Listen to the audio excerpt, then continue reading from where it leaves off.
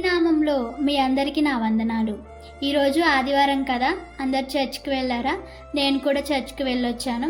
అక్కడ దైవజనులు కొన్ని దేవుని మంచి విషయాలు చెప్పారు. నేను మీతో పంచుకోవాలనుకుంటున్నాను. పరిశుద్ధ గ్రంథంలో యోహాను సువార్త 6వ అధ్యాయం 1 నుండి 21 వచనంలో ఇప్పుడు మనం చదువుకొని ధ్యానించుకుందాం. అటు తర్వాత యేసు తిబెరియా సముద్రము అనగా గలిలయ సముద్రము దాటి అద్దరికి వెళ్ళెను. రోగుల ఎడల ఆయన చేసిన సూచక క్రియలను చూచి బహుజనులు ఆయనను వెంబడించిరి. యేసయ్య తిబెరియా సముద్రము అనగా గలిలయ సముద్రము దాటి వెళ్ళారు. అక్కడ అనారోగ్య సమస్యలతో బాధపడుతున్న వారిని స్వస్థత పరిచారు. అలాగే ఈరోజు నువ్వు ఏ రోగంతో బాధపడుతున్నావో, ఏ అనారోగ్య సమస్యతో బాధపడుతున్నావో, పిల్లల లేక బాధపడుతున్నావా? అయితే ఈరోజు దేవుడు నిన్ను స్వస్థత పరుస్తాడు. నీ గర్భఫలాన్ని తెరుస్తాడు. ఆయన మీద నమ్మకం ఉంచుము.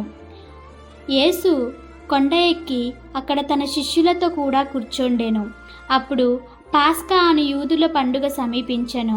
కాబట్టి యేసు కన్నులెత్తి జనులు తన యొద్దకు వచ్చుట చూచి, వీరు భుజించుటకు ఎక్కడ నుండి రొట్టెలు కొని తెప్పింతుమని ఫిలిప్పును అడిగెనను.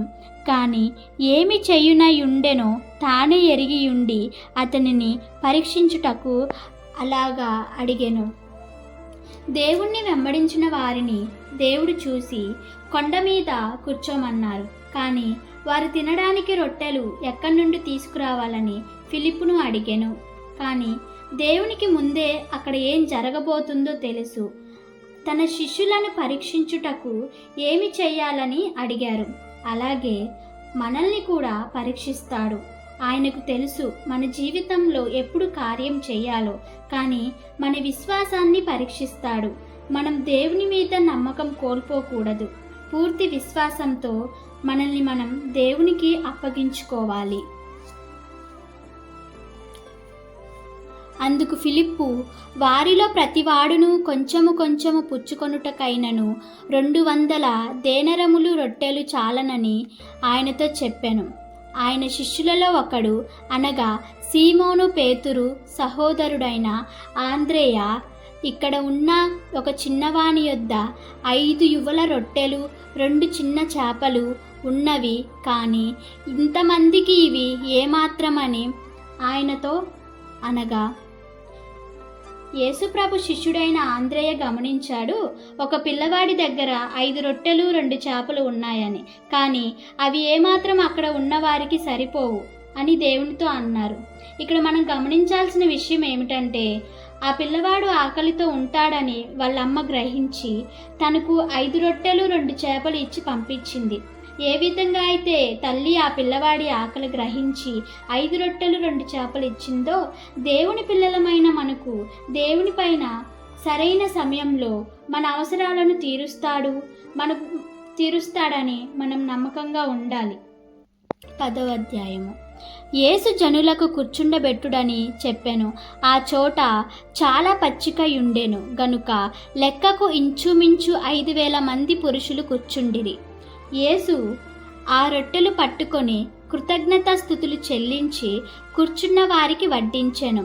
అలాగున చేపలు కూడా వారికిష్టమైనంత మట్టుకు వడ్డించెను. వారు తృప్తిగా తినిన తరువాత ఏమీ నష్టపడకుండా మిగిలిన ముక్కలు పోగు చేయుడని తన శిష్యులతో చెప్పెను. కాబట్టి వారు భుజించిన తరువాత వారి యొద్ద మిగిలిన 5 యువల రొట్టెలు ముక్కలు పోగు చేసి 12 గంపలు నింపిరి.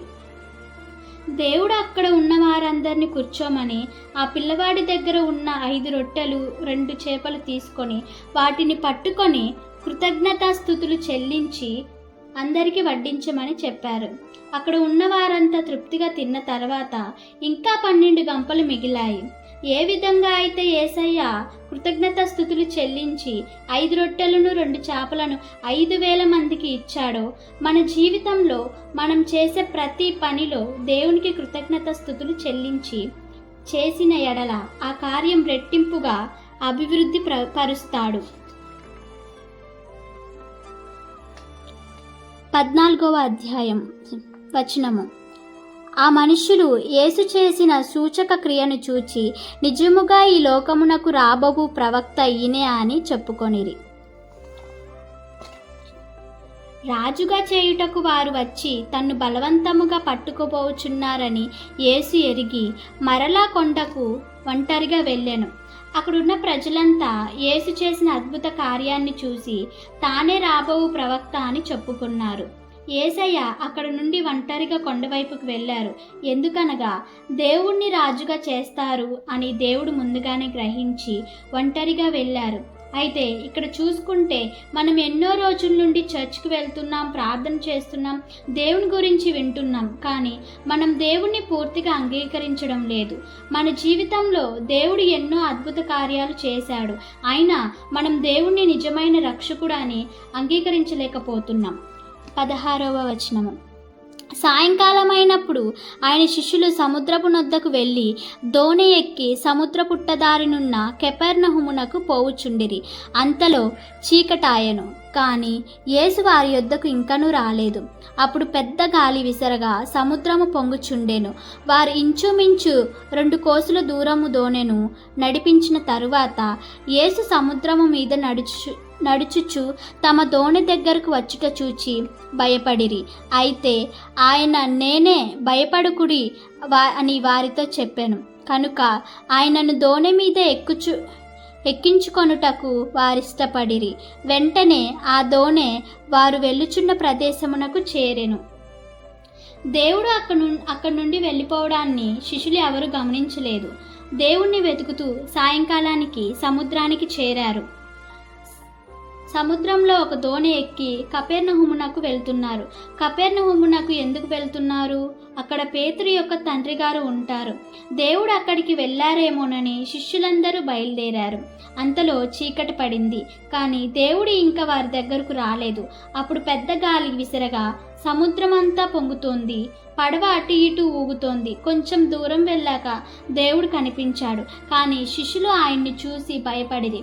అప్పుడు దేవుడు నేనే, భయపడకండి అన్నారు. దేవుడు పడవలోకి ఎక్కారు. వారు వెళ్ళాలనుకున్న ప్రదేశానికి చేరారు. శిష్యులతో దేవుడు లేకపోవడం వల్ల పడవ గాలివానలో సముద్రంలో చిక్కుకొని పడిపోతుంది. మన జీవితంలో కూడా దేవుడు లేకపోతే ఆ పడవలాగా తలకిందులు అవుతుంది. మనం చేసే ప్రతి దానిలో, ప్రతి పనిలో దేవుడు ఉండాలి. అప్పుడే ఎలాగైతే దేవుడు శిష్యులను ఒడ్డుకు చేర్చాడో మనలను కూడా మన సమస్యల్లో నుండి బయటికి తీసుకొస్తాడు.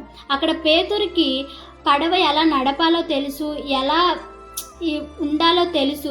అతను పడవ ఎన్నాళ్ళుగాను నడిపిస్తున్నాడు. అక్కడ చేపలు పడుతున్నాడు. సముద్రంలో ఎలా ఉండాలో తెలుసు. ప్రాణాపాయంలో ఉంటే ఎలా కాపాడుకోవాలో తెలుసు. కానీ ఆ సమయంలో వారికి బయటపడే దారి కనిపించలేదు. ఎందుకనగా వారి పడవలు యేసు లేడు కాబట్టి. యేసు వచ్చిన తర్వాత వారు వెళ్ళాలనుకున్న ప్రదేశానికి వారు వెళ్ళారు. అలాగే మన జీవితంలో దేవుడు లేకపోతే ఏ పని జరగదు, ఏ పని సక్రమంగా ఉండదు. కాబట్టి అందరూ దేవుణ్ణి పట్టుకొని ఉండాలి. అందరూ ప్రార్థనలో ఏకీభవించండి. ప్రియమైన పరలోక తండ్రి, ఈరోజు నీ వాక్యాన్ని మాకు తెలియజేసినందుకు నీకు కృతజ్ఞతలు. 5 రొట్టెలు 2 చేపలతో 1000 మందిని తృప్తిపరిచినట్టు మా జీవితాల్లో కూడా నీ ఆశీర్వాదాలు పెంచుము. మా దగ్గర చిన్నదైనా అది నీ చేతుల్లో పెద్ద ఆశీర్వాదం అవుతుందని మాకు నమ్మకం కలిగించుము.